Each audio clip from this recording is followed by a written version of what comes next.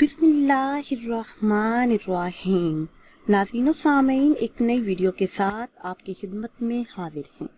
آج کی اس خاص ویڈیو میں جمعرات کے دن کا بہت ہی بابرکت اور خاص عمل آپ کے ساتھ شیئر کروں گی۔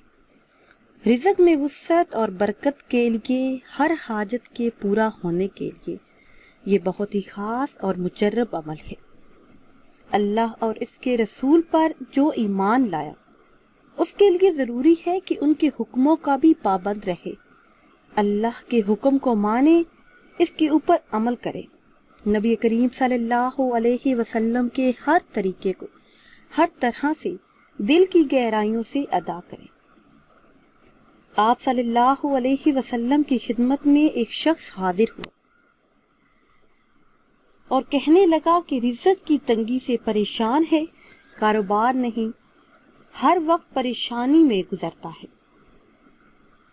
اور چاہتا ہوں کہ رزق میں خوب وسعت اور برکت ہو، رزق کی تنگی اور غربت سے ہمیشہ کے لیے نجات حاصل ہو۔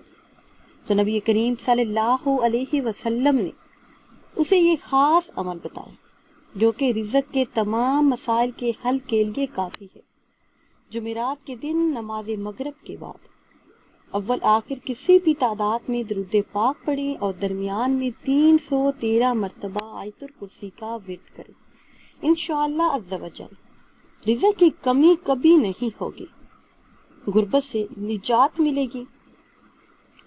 اگر تمام اہل خانہ اس